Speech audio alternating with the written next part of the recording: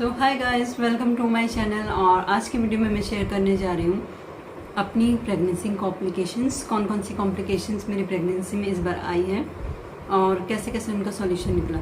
तो जैसा कि मैंने आपको पहले भी बताया, पहले मैंने जो एंटी स्कैन होता है 11 वीक्स में, उसमें लो लाइंग प्लेसेंटा आया था, वो भी टचिंग था, बिल्कुल नीचे था, जो सर्विक्स को टच कर रहा था। तो उस कॉम्प्लिकेशन की वजह से स्पॉटिंग हुई थी, पेन हुआ था मुझे, बहुत पेन रहता था, इतना कि मैं मतलब आधे घंटे भी नहीं बैठ पाती थी। तो ये कॉम्प्लिकेशन आई थी।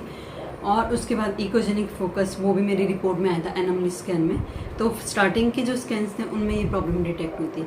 अब इसका क्या सॉल्यूशन मैंने निकाला था, इस वीडियो में मैं बताऊंगी कैसे मैंने डील किया इन प्रॉब्लम से, या प्रेगनेंसी में कोई भी प्रॉब्लम होती तो आपको कैसे डील करना है, उसके मैं कुछ टिप्स शेयर करना। तो फ्रेंड्स, जैसे कि मेरा लो लाइंग प्लेसेंटा था, उसमें मैंने बेड रेस्ट लिया था प्रॉपर।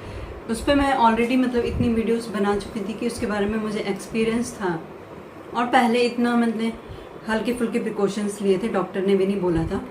बट जब स्पॉटिंग हुई तो उसके बाद मैंने बेड रेस्ट लिया और पॉजिटिव अफर्मेशन करती रही।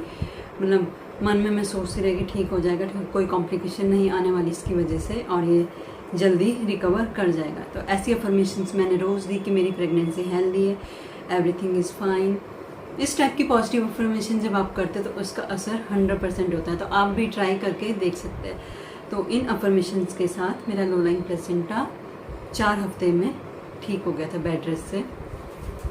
एंड देन जब मेरा 20 वीक स्कैन हुआ, ये प्रॉब्लम तो सॉल्व हो गई थी। उसमें एक और छोटी सी प्रॉब्लम डिटेक्ट हुई जिसका नाम था इकोजेनिक फोकस, जो कि बच्चे के हार्ट में दिखाई देता।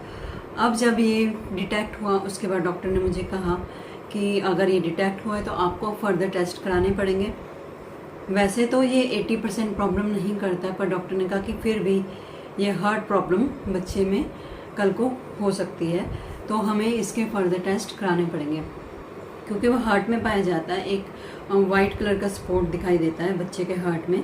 तो फिर उसके बाद मैंने इसके बारे में थोड़ा बहुत रिसर्च किया, तो ड्रामने वो भी थे वीडियोस। फिर मैंने सोचा चलो डॉक्टर से ही देखते हैं फर्दर टेस्ट करा के। और फिर वही पॉजिटिव अफर्मेशंस के साथ मैं ट्राई करती रही, अच्छे अफर्मेशन दिए कि ये प्रॉब्लम मेरी सॉल्व हो जाए। तो उसके बाद फिर डॉक्टर ने मुझे कहा था फीटल इको कराने को। तो कुछ दिन बाद मैंने फीटल इको कराया, और जो फीटल इको कराया उसमें रिपोर्ट एकदम नॉर्मल आई, मतलब बच्चे का हार्ट एकदम सही था, अच्छे से चेक कर लिया था सोनोग्राफर ने। तो फिर डॉक्टर ने बोला कि ये प्रॉब्लम, इससे कोई प्रॉब्लम नहीं होने वाली है, ये जस्ट एक कैल्शियम होता है ना जो बच्चे के हार्ट में दिखाई देता है, और अपने आप ये कुछ हफ्ते में गायब हो जाता है। सिर्फ ये मतलब 90% केसेस में ये नॉर्मल होता है, 10% केसेस में ये बच्चे के हार्ट में प्रॉब्लम कर सकता है, पर 90% केसेस में ये नॉर्मल है और इससे कोई इशू नहीं होता है। बट फर्दर आपको टेस्ट करा लेंगे तो फिर आपको एक रिलीफ मिल जाता है कि कोई प्रॉब्लम नहीं है, इट्स अ नॉर्मल थिंग। तो वो प्रॉब्लम भी मेरी 20 वीक्स के बाद सॉल्व हो गई थी। फिर 28 वीक्स स्कैन में टचवुड सब नॉर्मल रहा। ठीक है, मेरा वेट गेन उस हिसाब से नहीं है जैसे कि अभी मैंने बताया था, अभी 6 kg के अप्रोक्स मैंने वेट गेन किया। 6 kg भी कम्प्लीटली नहीं, 5.6 हो गया, इतना वेट गेन मेरा अभी हुआ है 28 वीक्स तक। और जबकि लास्ट प्रेगनेंसी में मैंने 14 से 15 kg वेट गेन किया था। तो इस बार मुझे लग रहा है 10 kg तक ही हो पाएगा, अगर 40 वीक्स तक डिलीवरी होती है वो भी तब।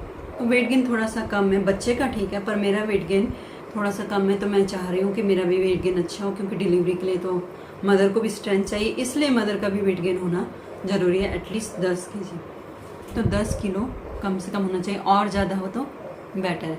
तो उसमें मैं वर्क कर रही हूँ अपनी तरफ से। तो ऐसे प्रेगनेंसी में बहुत सारी प्रॉब्लम्स आपको आएगी छोटी मोटी। कभी आपका इम्यूनिटी फ्लूइड कम हो जाता है, या फिर क्या होता है कभी कभी बच्चे की मूवमेंट्स नहीं होती है, मतलब ऐसे बहुत सारे पॉइंट आएंगे। कभी आपको फॉल्स कंट्रेशन हो जाते हैं, टेंशन वाले बहुत पॉइंट आते हैं प्रेगनेंसी में। और खासकर फर्स्ट मोम हो तो फिर तो आपको बहुत जल्दी से आप वरिड हो जाते हो, आपको पता नहीं होता ये चीज़ नॉर्मल है या फिर कोई कॉम्प्लिकेशन है। कोई भी हल्का पेन होता है तो आप डर जाते हो, ऐसी बहुत सारी प्रॉब्लम आएगी। तो इसका एक ही सॉल्यूशन है कि आप मेडिटेशन कीजिए रेगुलर। मैंने मतलब स्टार्टिंग से मेडिटेशन कंटिन्यू रखा है, कुछ भी हो जाए 15 तो कुछ भी हो जाए 15 मिनट्स मेडिटेशन में करती हूँ। अगर टाइम है तो 1 आवर भी कर लेती हूँ, चैंटिंग कर लेती हूँ, स्पिरिचुअल एक्टिविटीज़ ज़्यादा कर रही हूँ मैं, जिससे कि मेरा माइंड वो काम रहेगा। और अगर आपका हेल्दी माइंड है तभी आपकी हेल्दी डिलीवरी होती है। सब आप देखिए माइंड से रिलेटेड है। अगर आपका माइंड हेल्दी है तो आपका खाया पिया बॉडी में लगेगा, बच्चे की हेल्थ अच्छी बनेगी।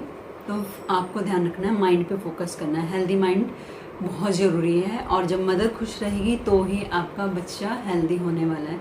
इस बात को आप ध्यान में रखिए। आपको अगर बच्चा मेंटली हेल्दी चाहिए, फिज़िकली हेल्दी चाहिए, तो उसके लिए आपको खुद को हेल्दी रखना ज़रूरी है, खुद को खुश रखना ज़रूरी है। ये बात मैं बार बार बोलती हूँ। जितने आप खुश रहोगे ना प्रेगनेंसी में, कोई कॉम्प्लिकेशन आपके बढ़ेगी नहीं। छोटी मोटी कॉम्प्लिकेशन आएगी, बड़ी कॉम्प्लिकेशन नहीं आने वाली है आपकी डिलीवरी में 100%। बस स्टे हैप्पी और मेडिटेशन कीजिए, खुश रहिए, स्पिरिचुअल एक्टिविटीज़ कीजिए, आपकी प्रेगनेंसी एकदम स्मूथ जाने वाली है। तो thank you so much guys. I hope आपको मेरा एक्सपीरियंस पसंद आए तो please like share and subscribe my channel.